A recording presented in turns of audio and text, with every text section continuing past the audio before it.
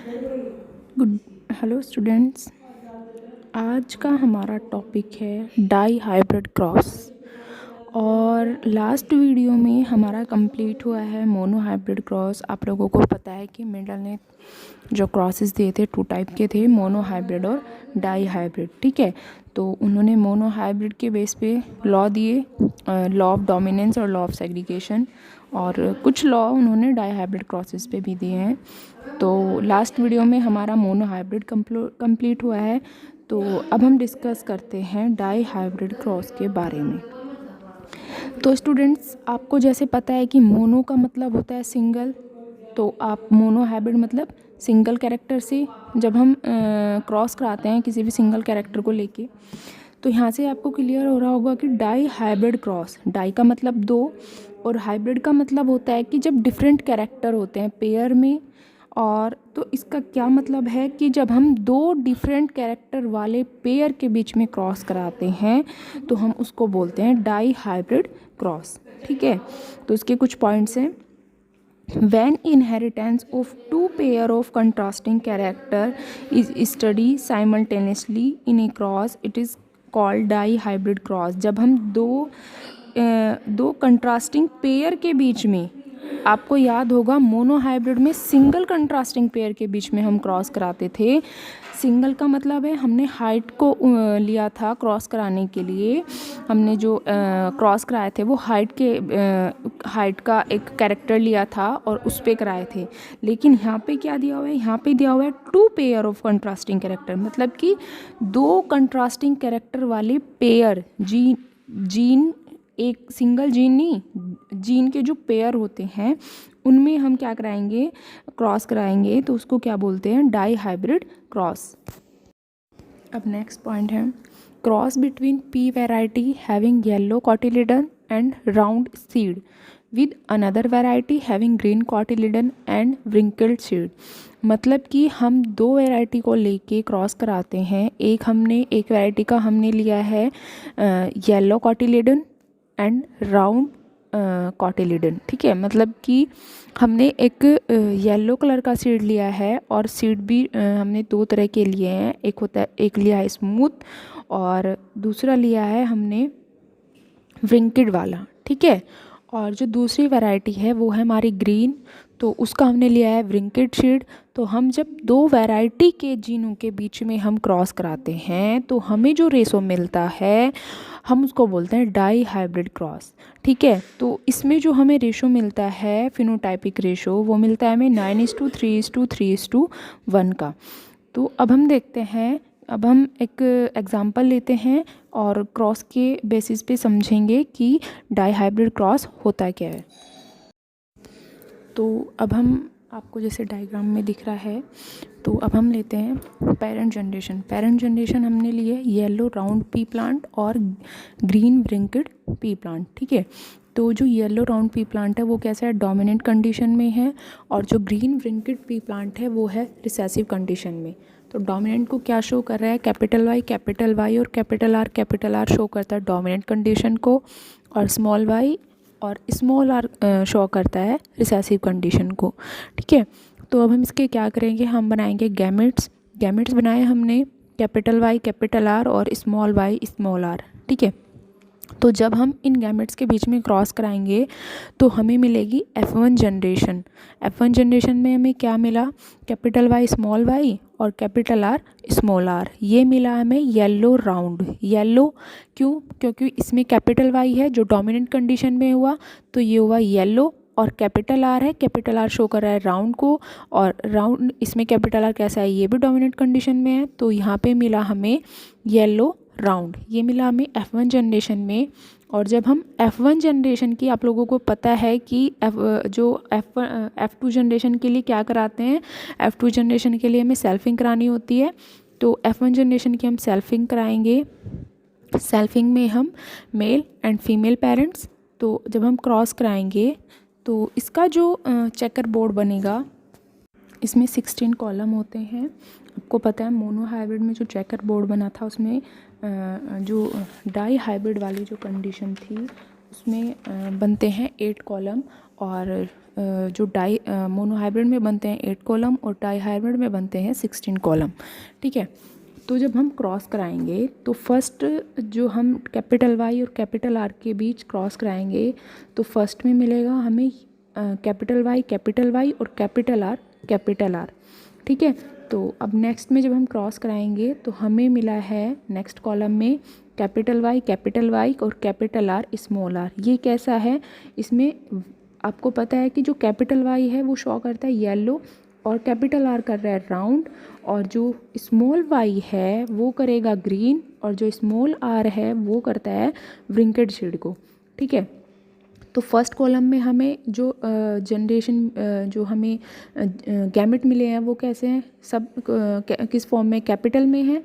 तो कैपिटल का मतलब एक तो डोमिनेंट है और दूसरा इसमें कैपिटल वाई है और कैपिटल आर है। तो कैपिटल वाई शो करता है येलो को और कैपिटल आर शो करता है राउंड को। तो ये मिला हमें येलो राउंड, और नेक्स्ट में मिला हमें येलो राउंड। ठीक है, अब थर्ड में देखते हैं। थर्ड में मिला हमने जब हमने क्रॉस कराया कैपिटल वाई और कैपिटल आर का स्मॉल वाई और कैपिटल आर से, तो यहाँ पे भी देखो हमें क्या मिला है, येलो राउंड, क्योंकि कैपिटल वाई और कैपिटल आर डोमिनेंट कंडीशन में है। अब फोर्थ में क्या मिला हमें, यहाँ पे भी जो कैपिटल वाई है और कैपिटल आर है वो डोमिनेंट कंडीशन में है, तो यहाँ पे भी हमें मिलता है येलो राउंड। ठीक है, अब नेक्स्ट देखते हैं।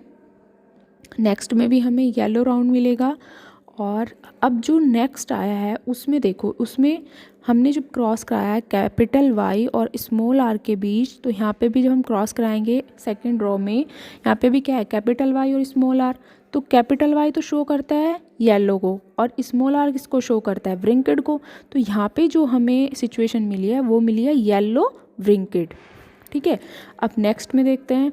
नेक्स्ट में हमें येलो राउंड मिला, और लास्ट वन में हमें कैसा मिला, येलो व्रिंकेड, क्योंकि इसमें भी कैपिटल वाई है और स्मॉल आर शो करता है व्रिंकेड को। ठीक है, अब नेक्स्ट में येलो राउंड, और नेक्स्ट में भी येलो राउंड।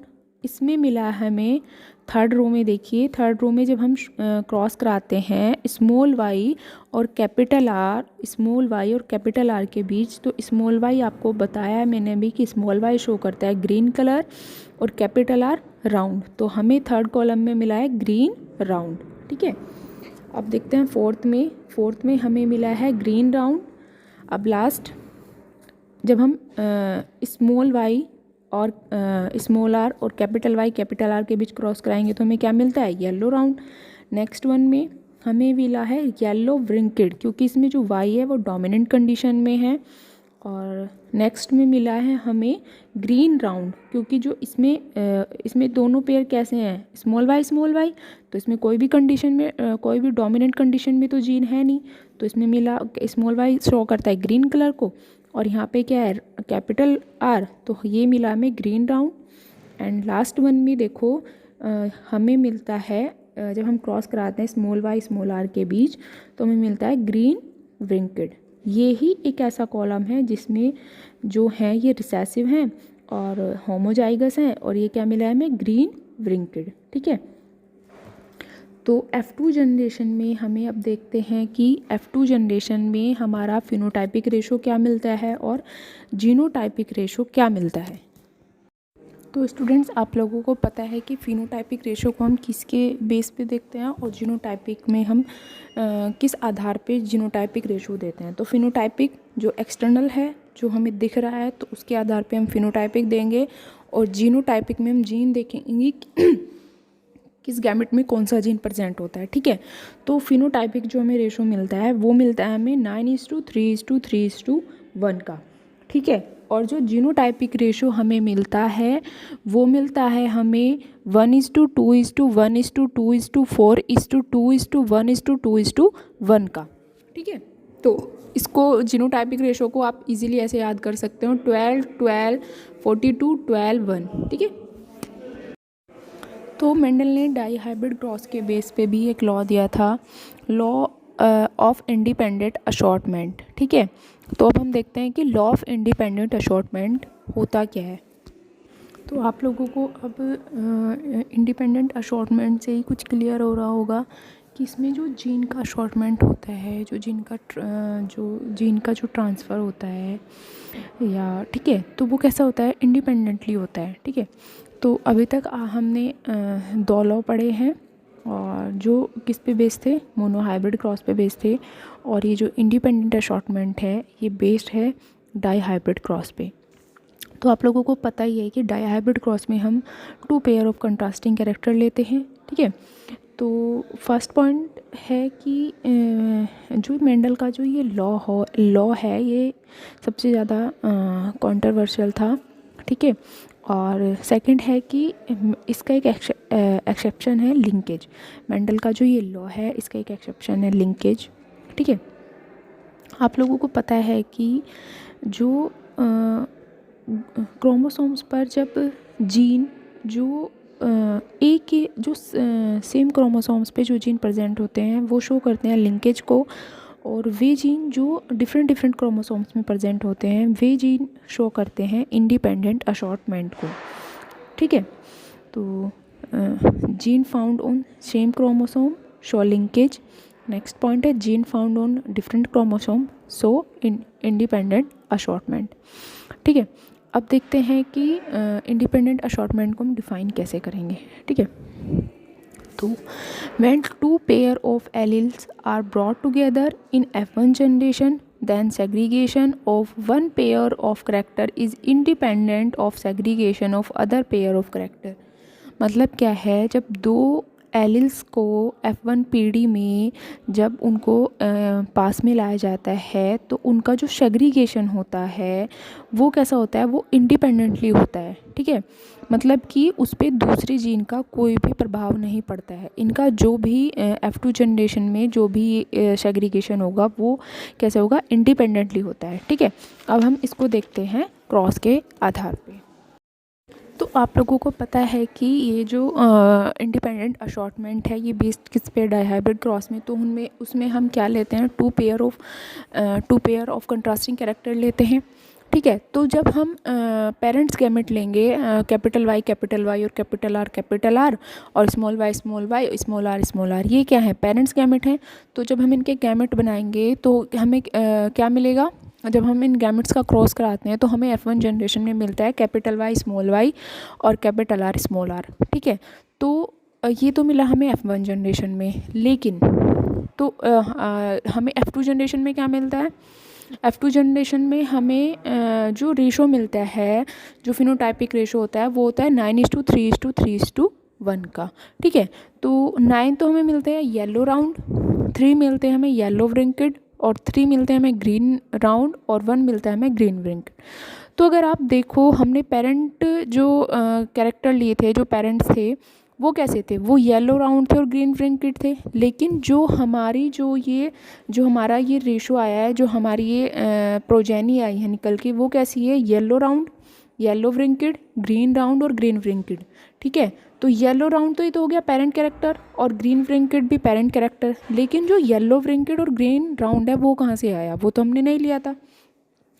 तो जो गैमेट्स का जो ये रिकॉम्बिनेशन होता है, इसको ही हम क्या बोलते हैं, रिकॉम्बिनेशन होना ही क्या कहलाता है, लॉ ऑफ इंडिपेंडेंट असॉर्टमेंट कहलाता है। ये लॉ क्या प्रूव करता है कि जो जीन होते हैं, जो फैक्टर होते हैं, वो कैसे होते हैं, वो इंडिपेंडेंटली और रैंडमली फ्री होते हैं। मतलब कि कोई भी जो जीन है वो किसी दूसरे जीन के साथ जाकर रह सकता है। ऐसा कुछ नहीं है कि जो येलो कलर का सीड है वो राउंड ही होगा, या जो ग्रीन कलर का सीड है वो व्रिंकेड ही होगा, ऐसा कुछ नहीं है। येलो कलर का जो सीड है वो व्रिंकेड भी हो सकता है, और जो ग्रीन कलर का सीड है वो राउंड भी हो सकता है। तो लॉ ऑफ इंडिपेंडेंट असॉर्टमेंट क्या दर्शाता है कि जो जीन होते हैं वो कैसे होते हैं, वो फ्रीली होते हैं और इंडिपेंडेंटली क्या करते हैं, उनका क्या होता है, उनका रिकॉम्बिनेशन हो जाता है। ठीक है, तो ये था लॉ ऑफ इंडिपेंडेंट असॉर्टमेंट। तो स्टूडेंट्स, अब नेक्स्ट वीडियो में हम डिस्कस करेंगे बैक क्रॉस, टेस्ट क्रॉस और रेसिप्रोकल क्रॉस। तो हमारा मोनो हाइब्रिड और डाई हाइब्रिड कंप्लीट हुआ, और डाई हाइब्रिड का एक लॉ था इंडिपेंडेंट असॉर्टमेंट, वो भी हमारा इस वीडियो में क्या हो गया, कवर हो गया है। ठीक है, तो अब नेक्स्ट वीडियो में डिस्कस करेंगे।